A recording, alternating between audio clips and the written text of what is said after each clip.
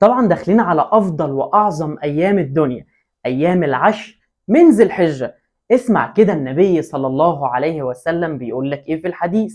قال صلى الله عليه وسلم: ما من أيام العمل الصالح فيهن أحب إلى الله من هذه الأيام.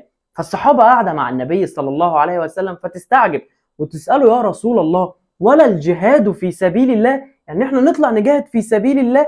قال صلى الله عليه وسلم: ولا الجهاد في سبيل الله إلا رجل خرج بنفسه وماله فلم يرجع من ذلك بشيء. ومش بس كده، كمان النبي صلى الله عليه وسلم أوصانا في الأيام دي إن احنا نكتر من التسبيح والتكبير والتهليل والحمد. كرر كده معايا: سبحان الله والحمد لله ولا إله إلا الله والله أكبر. والله العظيم أفضل وأعظم أيام الدنيا، وفي ناس بتتمنى ان هي تقوم تاني من مكانها